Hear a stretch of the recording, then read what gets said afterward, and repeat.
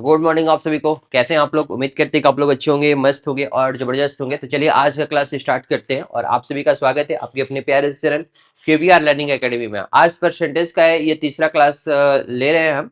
और पिछले दो क्लास में मैंने बहुत सारे क्वेश्चंस बताया, बहुत सारा टाइप बताया आपको और थ्योरी भी डिस्कस किए थे। तो चलिए आज का क्लास स्टार्ट करते हैं और क्वेश्चन भी लेंगे। दो तीन टाइप हमने आपको डिस्कस भी किया था। और आज का जो ये पहला क्वेश्चन बहुत इजी क्वेश्चन है और ये एग्जाम का पूछा हुआ क्वेश्चन है। ये कह रहा है कि दो संख्या है, तीसरी संख्या से क्रमशः 20% और 40% अधिक है, तो पहली संख्या दूसरी संख्या का कितना प्रतिशत है? जो लोग ऑनलाइन वीडियो देख रहे हैं जल्दी से इसका आंसर बताइएगा। देखिए, कह रहा है कि दो संख्या है तीसरी संख्या से, तो मान लेते हैं कि पहली संख्या ये दूसरी संख्या और ये तीसरी संख्या, और तीसरी संख्या को हम मान लेते हैं 100। तो कह रहा है कि पहली संख्या जो है तीसरी संख्या से 20 और दूसरी संख्या जो है 40% अधिक है। तो बाबू अगर तीसरी संख्या हमारी 100 है तो पहली संख्या कितनी है? 20% ज्यादा, दैट मीन्स ये हो जाएगी 120। और दूसरी संख्या 40% ज्यादा है तो 140 हो जाएगी। क्लियर है यहाँ पे? तो कह रहा है कि पहली संख्या दूसरी संख्या का कितना प्रतिशत है। कल के क्लास में मैंने बताया था कि अगर इस तरह से पूछे कि x जो है y का कितना प्रतिशत है, y का कितना प्रतिशत है, कितना परसेंट है, तो जिसके बारे में पूछेगा उसको ऊपर लिखेंगे और जिससे कंपेयर करेगा। ठीक है, x के बारे में पूछ रहा है कि y का कितना परसेंट है, तो x को ऊपर लिखेंगे और y को नीचे लिखेंगे और परसेंटेज में बनाने के लिए क्या करेंगे, 100 से मल्टीप्लाई करते हैं। ये चीज समझ में आ रहा है? तो यहाँ पे हम क्या करेंगे, आपसे पूछ रहा है कि पहली संख्या दूसरी संख्या का कितना परसेंट है। ठीक है, तो पहली संख्या के बारे में पूछ रहा है तो उसको ऊपर लिखेंगे और दूसरी संख्या, ठीक है, के बारे में से कंपेयर कर रहा है और परसेंटेज निकालना है तो 100 से आप मल्टीप्लाई कर दीजिए। या फिर आप यहाँ पे देखिएगा 0 से 0 कट गया और 2 से काटिएगा तो 6/7 आ रहा है, ये फ्रैक्शन में है। और परसेंटेज में चेंज करने के लिए आप क्या करते हो, 100 से मल्टीप्लाई करोगे। अगर नहीं करना चाहते हो तो आपको पता है, मैंने बताया था कि 1/7 का परसेंटेज वैल्यू कितना होता है, 14 से ही 2/7% होता है ना बाबू, 14 से ही 2/7। और ये 6 से मल्टीप्लाई है, 6 से मल्टीप्लाई आप कर दीजिए। ठीक है, तो आपका कितना हो जाएगा, 6 चौके 24, 2 6 7 8 84 और 6 दूनी 12/7% है ना। अब यहाँ पे देखिए एक मर्थ में कटेगा, ये कटेगा ना, 7 एकम 7 तो बचेगा कितना, 5/7 बच जाएगा। और एक यहाँ पे आ जाएगा तो 85 सही कितना हो जाएगा, 85 सही 5/7%। ये आपका आंसर हो जाएगा। ऑप्शन नंबर कौन सा, ऑप्शन नंबर बी इसका राइट आंसर है। क्लियर है? आया समझ में? ठीक है, किसी को कोई कंफ्यूजन है तो आप लोग बोलिएगा, फिर से हम समझाने का कोशिश करेंगे। फिर से चलिए, ठीक है, फिर से हम बताते हैं। यहाँ पे आपको कह रहा था कि तीसरी संख्या की पहली संख्या जो है, दो संख्या जो है तीसरी संख्या से क्रमशः 20% और 40% अधिक है। तो तीसरी संख्या को मान लिया मैंने 100, तो पहली संख्या हो गया 120 और दूसरी संख्या कितनी हो जाएगी, 140। यहाँ तक तो कोई दिक्कत नहीं है। अब कह रहा है कि पहली संख्या दूसरी संख्या का कितना प्रतिशत है, तो जिसके बारे में पूछ रहा है उसको ऊपर में लिखते हैं, ठीक ना, 120। और जिससे कंपेयर करना है उसको नीचे लिखेंगे, तो 120/140। और परसेंटेज निकालना है तो हम क्या करेंगे, 100 से मल्टीप्लाई करेंगे। लेकिन आप यहाँ पे देख रहे हैं कि 6/7 आ रहा है, तो 6/7, 1/7 का परसेंटेज वैल्यू कितना होता है, 14 से ही 2/7%। ठीक है, इसलिए मैंने स्टार्टिंग में बताया था कि ये सब चीज प्रैक्टिस करते करते दिमाग में रहना पड़ेगा। अगर आप फास्ट कैलकुलेशन करना चाहते हैं, डायरेक्ट रिजल्ट चाहते हैं, तो बात आ रही समझ में? तो 14 से ही 2/7% और 6 से मल्टीप्लाई कर दीजिए यहाँ पे, तो 14 छके कितना होगा, 14 छके 84 होगा ना। हाँ, तो 84 सही 6 दूनी 12/7 है ना। और परसेंटेज को हम सही से करेंगे, ठीक है, एक मर्त में कटेगा तो बचेगा कितना, 7 एकम 7 तो बचेगा 5/7 हो जाएगा। और ये एक इधर इसमें ऐड कर दीजिए 84 और एक 85, तो 85 सही 5/7। कहाँ समझ में नहीं आ रहा बताइए? हो गया ना। आते हैं नेक्स्ट क्वेश्चन पे। हमारा जो अगला क्वेश्चन है, क्वेश्चन नंबर 5 है। कह रहा है कि पहली और दूसरी संख्या तीसरी संख्या से क्रमशः 35 और 45% कम है, तो दूसरी संख्या पहली संख्या का कितना प्रतिशत है। सेम टाइप का क्वेश्चन है, इसी टाइप से बनाएंगे। जल्दी से आप लोग आंसर बताइएगा, जल्दी से जो लोग ऑफलाइन देख रहे हैं आंसर बताइए जल्दी से।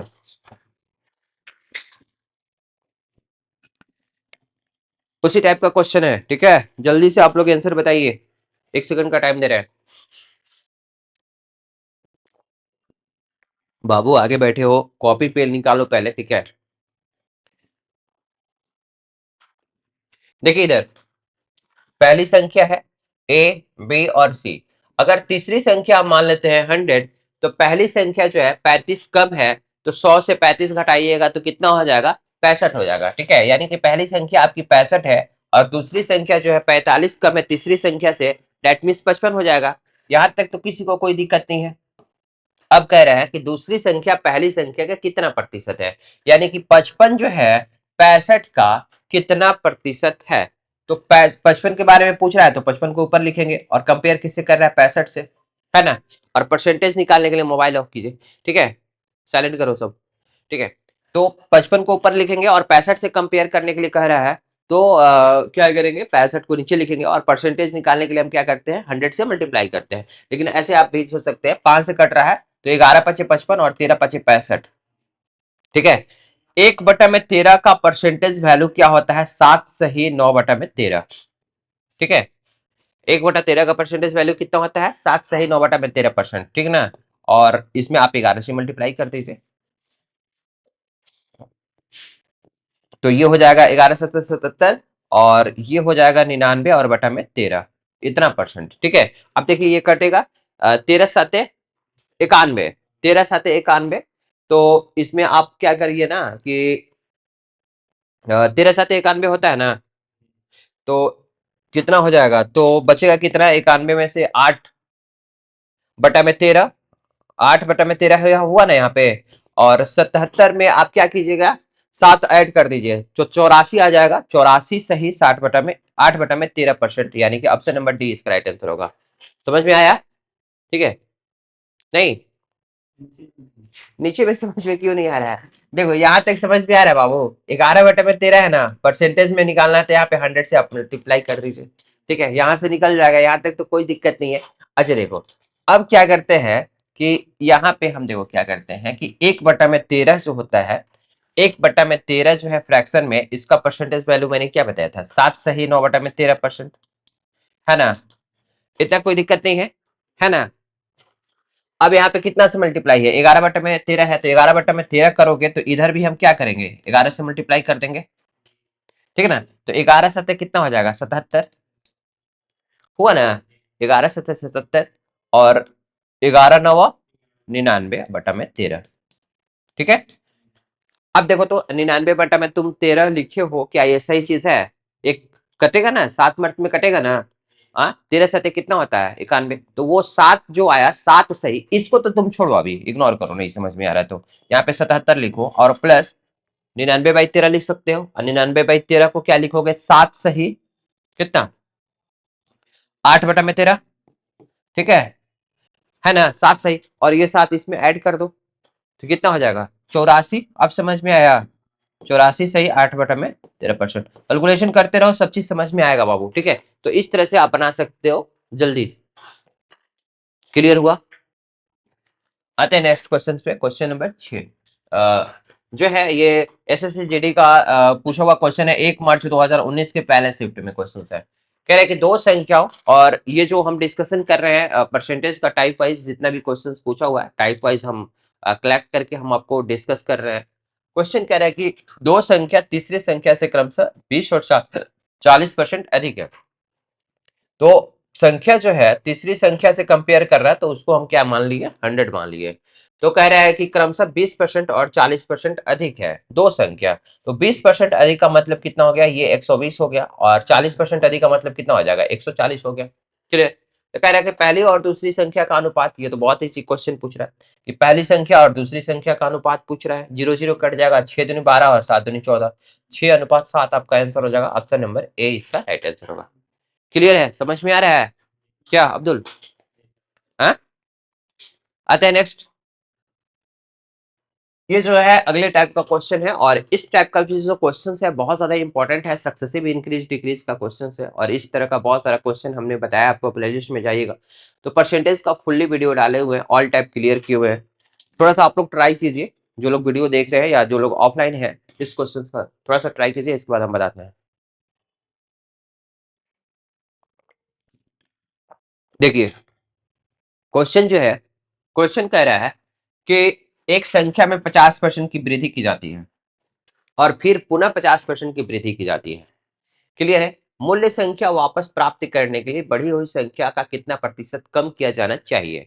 आपने सबसे पहले क्या किया कि एक संख्या में 50% इंक्रीज कर दिया, है ना? 50% इंक्रीज कर दिया और फिर 50% इंक्रीज कर दिए, ठीक है? तो ये सक्सेसिव इंक्रीज का क्वेश्चन है, टोटल इंक्रीज का क्वेश्चन नहीं है। टोटल इंक्रीज की अगर बात होती ना, तो ओवरऑल इंक्रीज 100% होता, लेकिन यहाँ पे 100% इंक्रीज जैसे तुम्हें लग रहा होगा क्या रोशन कि 100% इंक्रीज नहीं, ये सक्सेसिव इंक्रीज का क्वेश्चन है। मैंने आप देखिएगा, हाँ, तो ये सक्सेसिव इंक्रीज का क्वेश्चन है। इसका डिटेल वीडियो स्टार्टिंग से देखिएगा तो सब चीज डिस्कस किया है, सक्सेसिव इंक्रीज और डिक्रीज का जब मैंने कंसेप्ट बताया था। तो ये चीज फिर से बताने की कोई जरूरत नहीं है। ओवरऑल जो कितना डिक्रीज हुआ, जैसे पहले बार आप 50% इंक्रीज कर रहे हैं और फिर 50% इंक्रीज कर रहे हैं, ठीक है? तो ओवरऑल इंक्रीज की अगर हम बात करें तो दो तीन मेथड है, ठीक है? आप रेशियो से भी बना सकते हैं, रेशियो से भी बना सकते हैं, ठीक है? और आप एबी फार्मूला में भी मैंने बताया था, एबी फार्मूला है ना, मैंने एबी फार्मूला में क्या बताया था, A plus B plus A B बटा में 100।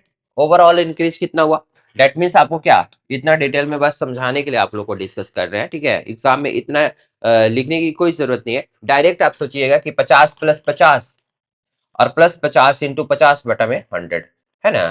तो 50 50 100 और ये दो जीरो से दो जीरो कटेगा तो 25, दैट मीन्स 125% ओवरऑल बढ़ रहा है। एग्जाम में इतना लिखने की कोई जरूरत है, डायरेक्ट 50% है और 50%, आप ढूंढिएगा 50 प्लस 50 100 और प्लस 50 इंटू 50/100 की जगह तो 25, 125% ओवरऑल इंक्रीज किया। 125% का मतलब ये हुआ बाबू, 125%, देखिए इसको मिटा देते हैं थोड़ा सा। कहने का मतलब ये जो लंबा चौड़ा क्वेश्चंस दिया था, इतना समझने की कोई जरूरत नहीं है। आप डायरेक्ट देखिए कि किसी संख्या में 125% इंक्रीज किया गया है ना, यही ना मतलब हुआ। और 125% की अगर हम फ्रैक्शन वैल्यू की बात करें, 25% का वैल्यू कितना होता है फ्रैक्शन में, 25% का वैल्यू होता है 1/4, ठीक है? 1/4, तो 125% का वैल्यू कितना होगा, 5/4, 5/4 हुआ ना? सबको समझ में आ रहा है ना?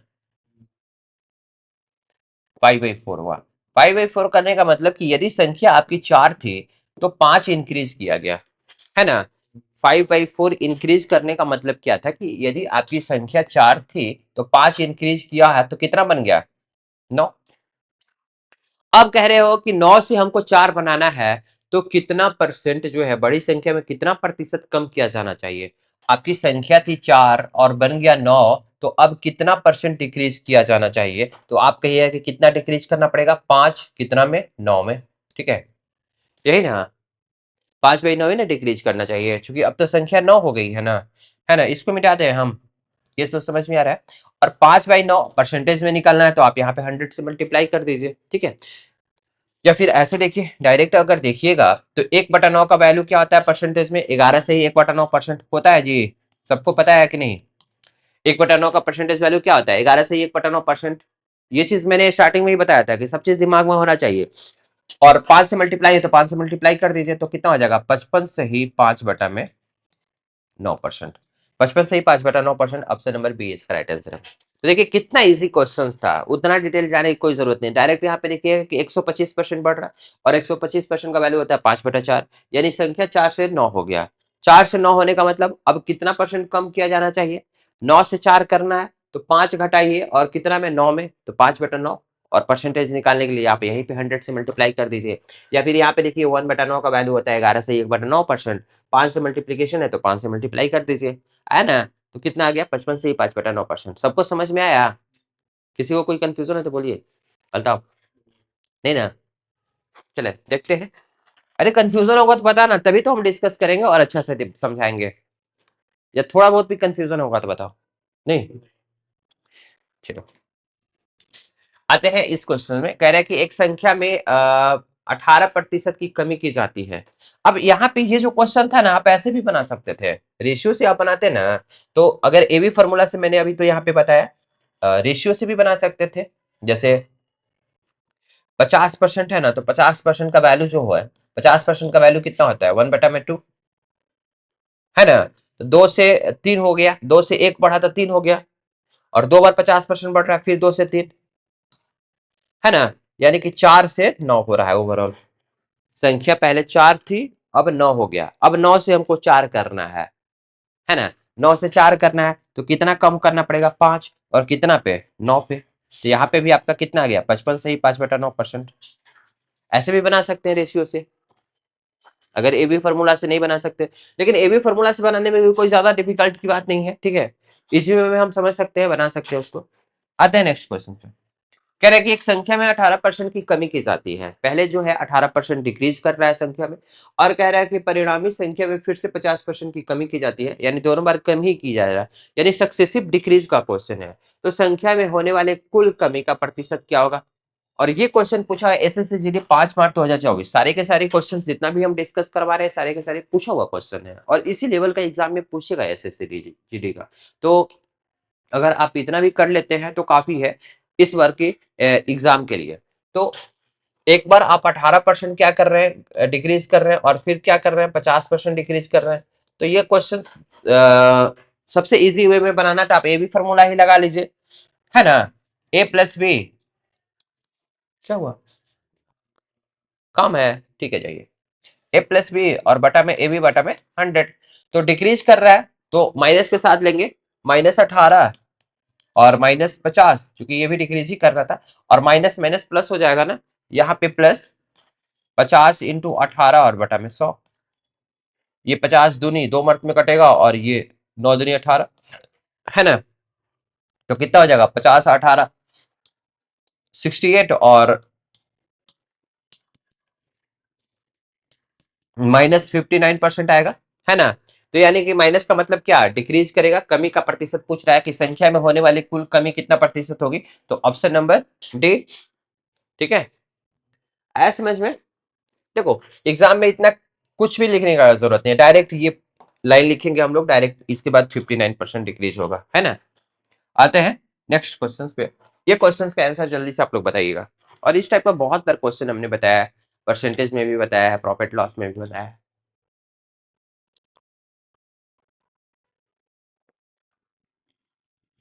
देखिए क्वेश्चन कह रहा है कि एक आभूषण के मूल्य में प्रति वर्ष 5% की कमी आती है, हर साल जो उसका कीमत रहता है उसमें 5% डिक्रीज किया जा रहा है, और कह रहा है कि यदि आभूषण का वर्तमान मूल्य 12,500 है तो 2 वर्ष के बाद उसका मूल्य कितना होगा। ये भी एसएससी का पूछा हुआ क्वेश्चन है, 11 फरवरी 2025, यानी कि इसी साल पूछा है, पहले शिफ्ट में ये क्वेश्चन पूछा है, क्लियर है। तो 5% की डिक्रीज किया जा रहा है, और 5% का जो है वैल्यू कितना होता है, 5% का जो फ्रैक्शन वैल्यू होता है, इधर देखो 1/20 होता है, 1/20 होता है। डेट मीन्स अगर 20 इसकी कीमत थी तो एक डिक्रीज हो रहा है, तो एक डिक्रीज का मतलब कितना हो गया, 20 से 19 हो रहा है, 20 से 19 हो रहा है ना। लेकिन यहाँ पे कितना साल की बात हो रही है, यदि आभूषण के वर्तमान मूल्य इतना है तो 2 वर्ष के बाद इसकी मूल्य कितना होगा। तो 2 बार लिखेंगे 20 से 19, है ना। 20 × 20 कितना होगा, और 19 × 19 कितना होगा, बोलो। 361, 361। आप कह रहे हो कि वर्तमान में 400 है, लेकिन क्वेश्चन में तो कह रहा है कि 1250 है, तो एक का वैल्यू कितना हो जाएगा, 1250 बटा में 400, 12,500 है ना, 12,500। तो एक यूनिट का वैल्यू कितना हो जाएगा, 12,500 इंटू 400। तो कह रहा है कि 2 वर्ष के बाद इसकी मूल्य कितना हो जाएगा, तो 2 वर्ष के बाद मूल्य कितना हो जाएगा, 361। 361 से हम क्या करेंगे, मल्टीप्लाई कर देंगे, यही आपका आंसर होगा। इसको कैलकुलेट कर लीजिएगा, ये 2 जीरो से 2 जीरो काट दीजिएगा, ये 4 से डिवाइड कीजिएगा तो कितना हो जाएगा, 4×3 = 12, 4 एकम 4, ठीक है, 4 दूनी 8, और पंचों के 20, 31.25 इंटू 361 मल्टीप्लाई कर लीजिएगा। आपका आंसर देखिए कौन सा होगा। अब मैं बताता हूँ, यूनिट डिजिट से ही हम देख लेते हैं। यूनिट डिजिट तो थी इकाई अंक जो होगा, इकाई अंक कितना होगा, 5×1, यानी कि 5 होना चाहिए। तो ये तो ऑप्शन होगा नहीं, ये ऑप्शन होगा नहीं, ये दोनों में हो सकता है। अब डिजिटल सम भी हम देख लेते हैं। यहाँ पे 6 3 9, 9 को गुणा कीजिए तो यहाँ पे आ गया 1, और यहाँ पे 5 2 7, 7 और 1 8, 8 3 11, 11 का मतलब 2, 1 + 1 2, 2×1 2 होना चाहिए। अब यहाँ पे देखते हैं डिजिटल सम, 5 2 7, 7 3 10, 10, 5 2 7 और 7 3 10, 10, और 10 1 11 1 12, ये नहीं होगा, ठीक है, डिजिटल सम नहीं आ रहा है दो। और यहाँ पे कितना, 5 2 7, 7 1 8, 8 8 16, 16, और 2 18, 19 और 20, यहाँ पे डिजिटल सम 2 आ रहा है, that means option number D इसका राइट आंसर होगा। ऐसे आप लोग कैलकुलेशन कर लीजिएगा। क्लियर? ऑप्शन नंबर डी इसका राइट आंसर होगा बाबू। ठीक है, आते हैं नेक्स्ट क्वेश्चन पे। सबको समझ में आया ना? हाँ, इस तरह के क्वेश्चंस को आप ऐसे भी बना सकते हैं। देखिए, 2 वर्ष के बाद मूल्य पूछ रहा है ना, 2 वर्ष के बाद मूल्य पूछ रहा है। अभी जो वर्तमान मूल्य है कितना है, 12,500 है, 12,500 है। और 5% की कमी हो रहा है, यानी अगर कीमत 100 है तो 5 की कमी कीजिएगा तो 95 है ना। तो पहले साल के बाद 95/100 होगा, और फिर 1 साल के बाद कितना हो जाएगा उसका 95/100। तो इसको भी कैलकुलेट कीजिएगा तो आपका यही आएगा, 11,281.25 आपका आंसर आ जाएगा। क्लियर? क्योंकि आपका 12,500 था कीमत ना अभी वर्तमान में, और 5% डिक्रीज कीजिएगा तो कितना, 5% डिक्रीज का मतलब 95 हो गया, 95%। इसके बाद फिर अगले साल उसका 95%, यानी 95/100 कीजिएगा। आते हैं नेक्स्ट क्वेश्चन पे। आपका जो है क्वेश्चन, नेक्स्ट क्वेश्चन, और ये अगले टाइप का क्वेश्चन है, टाइप 6 बता रहे हैं। क्लियर? क्वेश्चन आप लोग देखिएगा।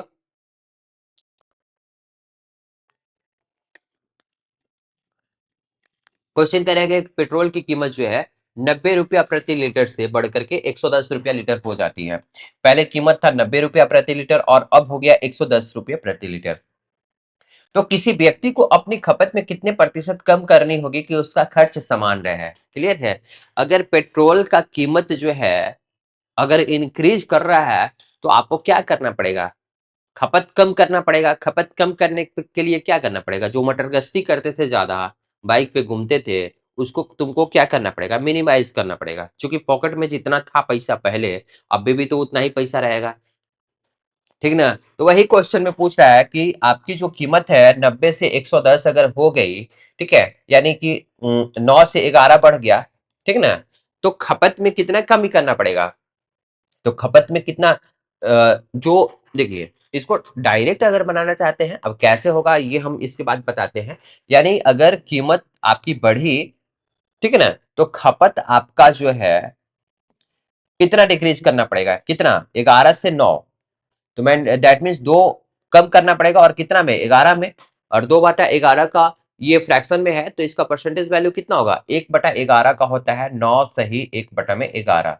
और 2 से मल्टीप्लाई कर दीजिए तो 9 दूनी 18 सही 1/11%, that means 18.1। Option number A इसका राइट आंसर है। क्लियर है? अब देखिए, बहुत लोगों को समझ में नहीं होगा, थोड़ा सा डिटेल से हम समझाने का कोशिश करते हैं। कि देखिए यहाँ पे जो कीमत है, यहाँ पे जो कीमत है बाबू, देखिए कॉस्ट जो होता है ना, ये कॉस्ट है। अगर कॉस्ट जो है 9 से 11 हो गया, ठीक है, और खपत, और ये जो है ना खर्च, खर्च जो होता है ना, कॉस्ट जो है, कॉस्ट इंटू मल्टीप्लाई कीजिएगा खपत, तो वो होता है आपका खर्च। तो अगर आपको खर्च 1 से 1 ही रखना है, पहले जितना खर्च कर रहे थे अब भी उतना ही खर्च करना है, तो फिक्स है कि अगर आपका कॉस्ट 9 से 11 हो रहा है तो खपत जो है 11 से 9 करना पड़ेगा। इसका रिवर्स होता है। बात है नहीं समझ में?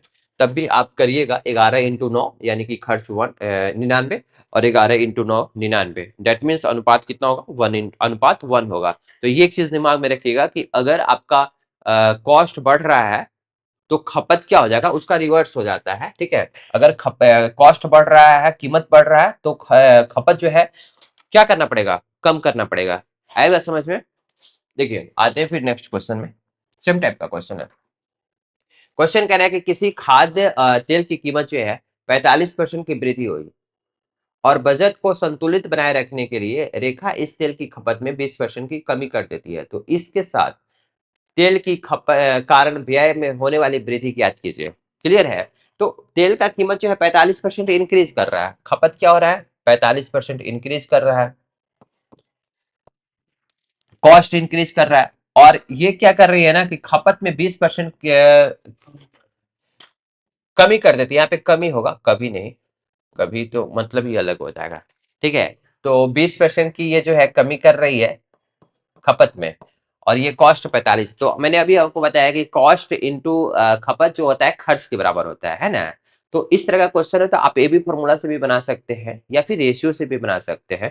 तो ओवरऑल जो है ना इसका पूछ रहा है कि बीआई में होने वाली वृद्धि या फिर कमी निकालना हो, कितना परसेंट हो रहा है, तो ए बी फॉर्मूला से बना लीजिए। तो ए बी फॉर्मूला क्या होता है, A plus B plus A B by 100। तो दैट मीन्स -45, -45 -20 और माइनस माइनस प्लस हो जाएगा 20 × 45। क्या, हाँ यहाँ पे वृद्धि लिखा हुआ है तो यहाँ पे प्लस हो जाएगा, सॉरी, हाँ यहाँ पे प्लस कर दीजिए। तो यहाँ पे प्लस माइनस माइनस हो जाएगा बाबू, ठीक है ना, यहाँ पे माइनस हो जाएगा। क्लियर। तो यहाँ पे कितना हो जाएगा 25 और 20 × 25 100 और ये 9, ठीक ना। तो कितना हो जाएगा 16% ना, ओवरऑल 16% की वृद्धि होगी इसके खपत में यानी व्यय में। ठीक है, थोड़ा सा कंफ्यूजन हो गया था क्योंकि यहाँ पे वृद्धि लिखा हुआ है तो प्लस 45 लेंगे क्योंकि ए बी फॉर्मूला क्या होता है, A plus B plus A B बटा में 100। क्लियर। और साइन के साथ लेंगे, वृद्धि हो रही है तो प्लस लेंगे और अगर कमी हो रही है तो माइनस लेंगे। और यहाँ पे प्लस माइनस है तो प्लस इंटू माइनस है तो माइनस हो जाएगा। आते हैं नेक्स्ट क्वेश्चन पे। कह रहा है कि आलू की प्रति किलोग्राम दर जो है, आरएस लिखा हुआ है, ये रुपया लिखा हुआ बाबू, आरएस 18 रुपया से बढ़ करके 25 रुपया हो जा रहा है। तो आलू के उपयोग में कितने प्रतिशत की कमी की जाए ताकि खर्च न बढ़े। ये एसएससी जीडी का पूछा हुआ क्वेश्चन है, 4 फरवरी 2025 पहले शिफ्ट में। जल्दी से इसका आंसर बताइएगा। मैंने अभी आपको बताया कि खर्च अगर बढ़े, कॉस्ट अगर बढ़ेगा, अगर कॉस्ट बढ़ेगा तो खपत में क्या करना पड़ेगा, कमी करना पड़ेगा। जो कमी कीजिएगा तभी क्या होगा कि पहले जितना खर्च होता था अभी भी उतना ही खर्च होगा। तो आपकी जो है यहाँ पे 18 से बढ़ के 25 हो जा रही है। क्लियर है, ये क्या हो रही है, कॉस्ट। ठीक है, तो खपत जो है, खपत आपका इसका रिवर्स करना पड़ेगा यानी 25 से 18 करना पड़ेगा, है ना। हाँ, तो कितना कमी करना पड़ा, 25 से 18 हुआ तो कितना कमी करना पड़ा, 7। और कितना में, 25 में, तो 7/25। और परसेंटेज बनाने के लिए क्या करेंगे, 100 से मल्टीप्लाई कर देंगे। ठीक है ना, तो 25 चौके 100, तो 7 चौके 28% आपका क्या हो जाएगा, कमी हो जाएगा। क्लियर है, इसको नोट कीजिए आप लोग। हो गया, ठीक है।